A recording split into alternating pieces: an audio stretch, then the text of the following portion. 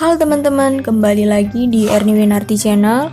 Di video sebelumnya kita telah membahas bahan-bahan pengawet makanan kimia yang berbahaya bagi tubuh. Nah, di video kali ini kita akan membahas bahan pengawet makanan kimia yang aman dikonsumsi. Selengkapnya hanya di Erni Winarti Channel.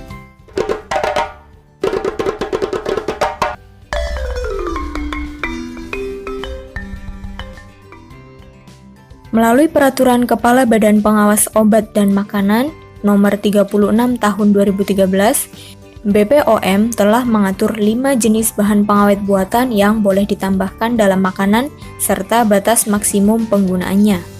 Apa saja? Yang pertama ada asam sorbat. Asam sorbat dapat ditemukan secara alami dalam buah-buahan, terutama jenis beri. Tapi ketika digunakan sebagai pengawet, asam ini harus diolah terlebih dahulu. Asam sorbat paling sering dipakai untuk mengawetkan makanan seperti wine, keju, roti, kue-kue, serta daging. Bahan pengawet buatan ini efektif dalam menghambat pertumbuhan jamur yang dapat merusak makanan dan menyebabkan penyakit.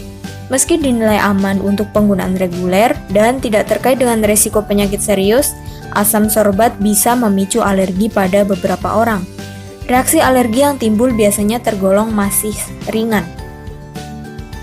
Kemudian yang selanjutnya ada asam benzoat dan natrium benzoat.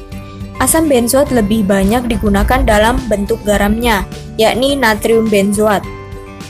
Versi asamnya tidak bisa larut dalam air.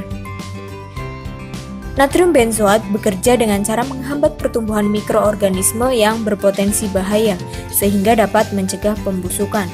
Pengawet makanan buatan ini sangat efektif untuk mengawetkan makanan asam seperti soda, jus lemon kemasan, saus salad, kecap, dan bumbu lainnya.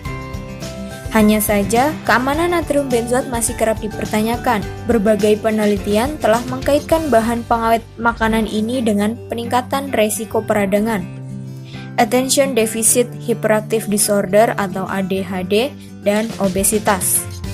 Masih dibutuhkan studi lebih lanjut dan lebih luas untuk membuktikan efek samping bahan pengawet makanan ini. Kemudian yang ketiga ada sulfit, dikenal juga sebagai sulfur dioksida. Sulfit banyak digunakan untuk mengawetkan makanan seperti daging, buah-buahan, jus buah, sayur, sirup, wine, dan selai. Pengawet buatan ini mampu mencegah mikroorganisme masuk ke dalam makanan, sehingga mutu dan kualitasnya tetap terjaga. Selain itu, sulfit juga dapat membantu dalam mempertahankan warna makanan. Sulfit bisa menyebabkan alergi pada beberapa orang dan ini lebih rentan terjadi pada orang-orang yang mengidap asma. Jika teman-teman adalah penderita asma dan merasa kekambuhan gejala dipicu oleh pengawet makanan ini, teman-teman bisa melakukan tes alergi untuk memastikannya. Bila hasil tes menunjukkan bahwa teman-teman alergi terhadap sulfit, teman-teman disarankan untuk menghindari jenis pengawet ini. Cermati bagian label pada kemasan sebelum membeli makanan atau minuman apapun. Sulfit bisa dicantumkan dengan istilah lain seperti potasium bisulfit atau metabisulfit. Kemudian yang selanjutnya ada nitrat dan nitrit. Baik nitrat maupun nitrit dapat ditemukan pada sayur dan mampu diproduksi sendiri oleh tubuh manusia. Nitrat dan nitrit berguna untuk mencegah pertumbuhan bakteri berbahaya, menambah rasa asin pada makanan, serta memberi warna merah atau merah muda pada daging. Keduanya sering dimasukkan ke dalam daging olahan seperti sosis, bakon, dan ham.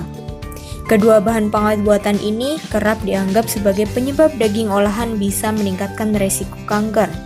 Meski demikian, belum ada penelitian yang benar-benar dapat membuktikan klaim tersebut. Masalah baru bisa timbul jika nitrit terkena panas tinggi sekaligus tercampur asam amino. Proses ini dapat mengubah nitrit menjadi senyawa yang bernama nitrosamin. Ada banyak jenis nitrosamin dan sebagian besar diketahui dapat menyebabkan kanker. Yang kelima ada nisin. Nisin adalah bahan pengawet makanan buatan yang dihasilkan dari bakteri asam laktat bernama Lactococcus lactis subspesies lactis. Menurut banyak penelitian, nisin dapat melawan berbagai jenis bakteri gram positif dan spora. Akan tetapi, senyawa ini dinilai kurang efektif dalam membasmi bakteri gram negatif, ragi, dan jamur. Nisin banyak digunakan untuk mengawetkan keju alami maupun olahan, produk susu, roti, makanan kaleng, daging serta ikan, yogurt, saus salad, dan minuman beralkohol. Hampir setiap makanan olahan diproses dengan pengawet, entah itu yang alami seperti garam dan gula atau yang buatan. Bahan pengawet makanan bertujuan untuk membuat makanan lebih tahan lama dan tetap aman dikonsumsi. Tidak semua bahan pengawet makanan itu berbahaya. Ada beberapa pengawet yang aman dikonsumsi dalam kadar tertentu. Meski begitu, terlalu banyak mengkonsumsi makanan olahan berarti teman-teman telah memasukkan bahan pengawet ke dalam tubuh. Hal ini bisa meningkatkan resiko obesitas, hipertensi, penyakit jantung, hingga kanker. Oleh karena itu, senantiasa perhatikan komposisi bahan-bahan yang digunakan dalam label yang tercantum dalam kemasan.